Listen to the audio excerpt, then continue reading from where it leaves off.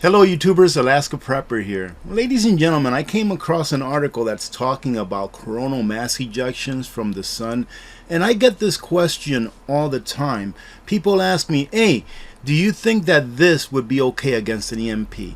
Is your generator going to make it through an EMP or a coronal mass ejection? And I'm like, I have no idea. I don't know. People ask me also, if you build a Faraday cage, which is pretty much like a metal structure, a weaved metal structure around something that you want to protect from a CME or a coronal mass ejection, will that work? And I'm like, I don't know either, because in my lifetime, and really in this entire last century or so, we haven't experienced a coronal mass ejection the size that would be big enough to take out electronics like the one that occurred back in, I believe it was 1859, called the Carrington event. For those of you that don't know what a coronal mass ejection and or an EMP is, putting it in layman terms, a coronal mass ejection is when the sun gets angry and it spews a whole bunch of radioactive particles towards the earth. And I'm talking, when I say a whole bunch, I'm like, it can engulf the earth and it can affect the electronics in the earth, you know, that are on earth that we are using, like this computer right here. It can affect it by overloading all of the circuitry and pretty much burning it from the inside out. And it also attracts its energy onto wire and power lines, and also can have the capacity of melting power lines depending on the size. Now, we've had a few close calls with CMEs that have hit regional areas. Like, I believe the last one that I remember that was of significant size was the one that hit Canada, and they actually lost power for a good long while. But if a CME, a coronal mass ejection, would hit us today, one the size that occurred in 1859, i.e. the Carrington event, ladies and gentlemen, we would be thrown back to the 1800s. First of all, most countries really don't have their power grids protected against EMP or CME. An EMP, ladies and gentlemen, is pretty much the same thing as a CME, but an EMP is man-made. An EMP is pretty much doing the same thing that a CME would do coming from the sun, but it's something that is man-made that can be activated with the use of a nuclear warhead being detonated so many miles above the Earth's surface, giving those particles time and space to cone out and cover a greater distance on the ground. So it's pretty much the same thing, or pretty much have the same conclusion in the end. I'm very excited because one of my favorite authors, the one, and I always forget his name, I think his last name is pronounced something like Forster, something like that, but he's the one that wrote the book series 1 second after and then 1 year after, and I always forget the name of the third book, but he's coming out with a fourth book, which is called, I believe, 5 years after, and I've already ordered mine, and it's coming out here on the 23rd, I believe, of August, so I can't wait for that to come out so I can listen to it. I get the audio book. I'm not very much into actual physically reading books. One of the reasons why I wanted to go ahead and talk about this, first of all, is, you know, I'm kind of, man, for a lack of better words, I'm kind of in the best, but I'm kind of screwed.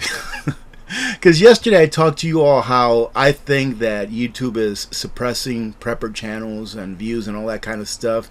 And to give it a like, give the video a like, ladies and gentlemen. I don't ask that an awful lot, but I guess it does help a little bit. And I got an email from a person who I consider a good friend. You know, I haven't really even talked to him a lot in the years, but I'm subscribed to his channel and he's a really good guy. Anyways, he sent me an email saying, hey, listen, if you put up a video every day, or if you put up multiple videos every day, then YouTube will lose favor with you and it won't be recommended as much, and etc., etc. He's explaining to me through his experience, you know, what he thinks about why views are down pretty much across the board. And I'm like, man, then I'm screwed then, because I like to post videos every day. I like to have the connection with my community. So it is what it is, right? And that's that. But I wanted to do this video because many people do ask me, what if we have an EMP? What if we have a CME? Well, ladies and gentlemen, the best way that you can protect yourselves against anything, to include an EMP and CME, is by having your basic preps.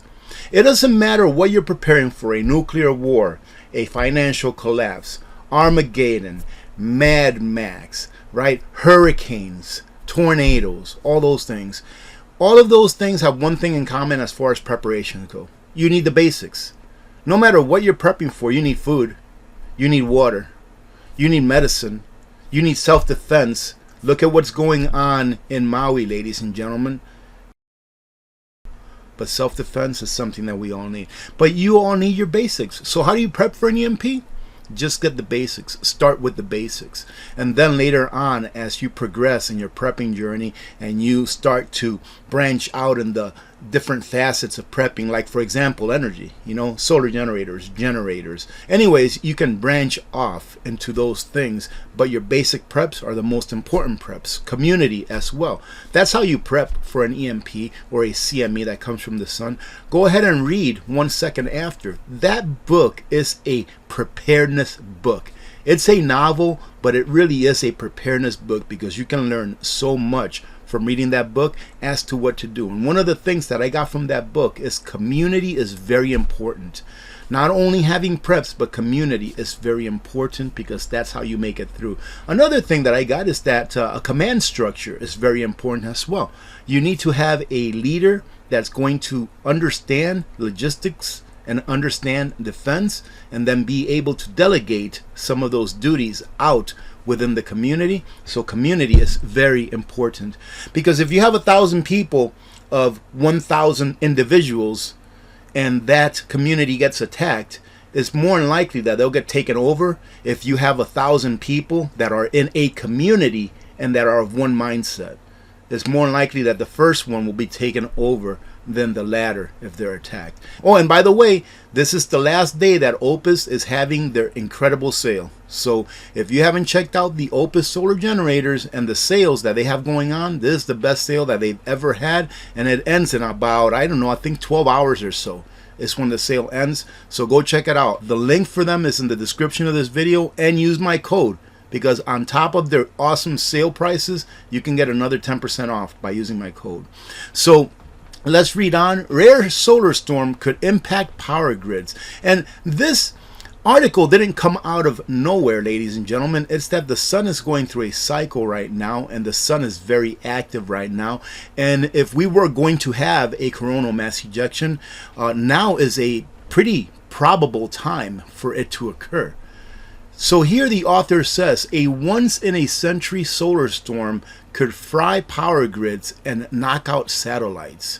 Imagine that also. Think about all of the dominoes that would fall should we get hit with one of these solar storms. Not only would our technology be fried and us not be able to communicate, but there would be no GPS. How many of you have maps?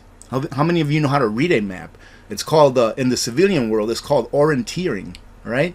Having a compass and having a map and being able to know how to position the compass on the map so that you can know where you are on that map, as opposed to where you physically are on the ground. So how many of you know how to do that? That's one of the ways that you can prepare for something like this should it ever happen. And it will happen, ladies and gentlemen. It's just a matter of time. It's called the laws of averages. On rare occasions, the sun will send a storm so powerful it can tear open the Earth's magnetic field. Another pause. Right now, the Earth's magnetic field, with the poles moving the way they are, they're moving very quickly. The North Pole and the South Pole are moving very quickly. And right now, the Earth's magnetic field is very weak. So now is a good time for a rogue CME to hit the Earth and cause a lot of damage, as compared to other times when our magnetic field is a lot stronger than what it is now. If such a storm hit tomorrow, it could cause technological chaos that could cripple economies and endanger the safety and livelihoods of people worldwide. And this is according to NASA, ladies and gentlemen. Not just anyone, it's according to NASA. But of course, if we did have a CME headed our way, what would they blame it on? Come on, what would they blame it on? Global warming. These storms are very rare, but the sun is getting restless ahead of a 20-year peak of activity, meaning that there's more of a chance one could come to Earth in coming years. All right, and that's actually a very bold statement.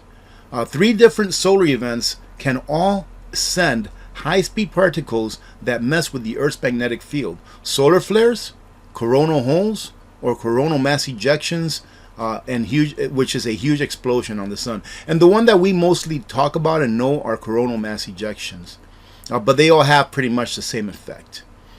If any of these types of solar storms happen to impact the Earth with enough force, they can peel back the Earth's ionized layer, which protects us against the worst of space weather.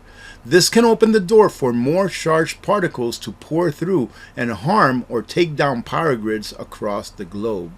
And ladies and gentlemen, if this were to happen and power grids were taken down across the globe, this would be a life-altering event on a generational scale, meaning that you can pretty much say that your life is now a Tiatwaki, the end of the world as we know it, because it will never go back to normal in your entire lifetime.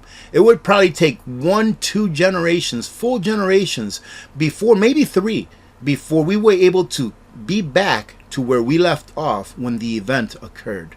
All right, so this is nothing to really, take lightly, I guess, right? Because it would change everything. That's why community is important, because if something like this were to happen, our world would become a lot smaller, meaning that in your world, you would probably exist in about a 5 to 10 mile radius. Think about that. And here they finish it off by saying these kind of intense geomagnetic storms can happen at any time, but they become much more likely during a peak of solar activity, which happens about every 11 years, and that's a basic solar cycle, 11.3 years. And he says that it's when the sun's magnetic field lines get more knotted. All of that tension increases the chance that the sun will create more sunspots, more CMEs, more solar flares, and more coronal holes. All of this gives more opportunity for a once-in-a-century event to arise. And then they say here, finishing it off, we've gotten several solar storm warnings over the past decade. However, with constant news that the power grid is overwhelmed, at some point we could actually see it go down. What is the message? Get prepared for a power grid outage. Not only are we supposed to prepare for a power grid outage because of how old and fragile our power grid is, but ladies and gentlemen, what it comes down to is this. If we don't have a CME, if we don't have a complete failure of the power grid, we are going to be living through brownouts, blackouts, and things like that, because they're not fixing our power grid. It's not getting any better. And all of the policies that are being passed as far as fossil fuels and things like this go, they're going to hinder our ability to get the same amount of electricity at the efficient rate that we've been getting it at for the years that we've been on this earth, pretty much. All right, so just get ready for that and prepare the very best that you can in the most basic form that you can. And then once you've got all your basics taken care of, then you can branch off and try to get some fancier things like a solar generator or like a generator. Always start off with a generator, right?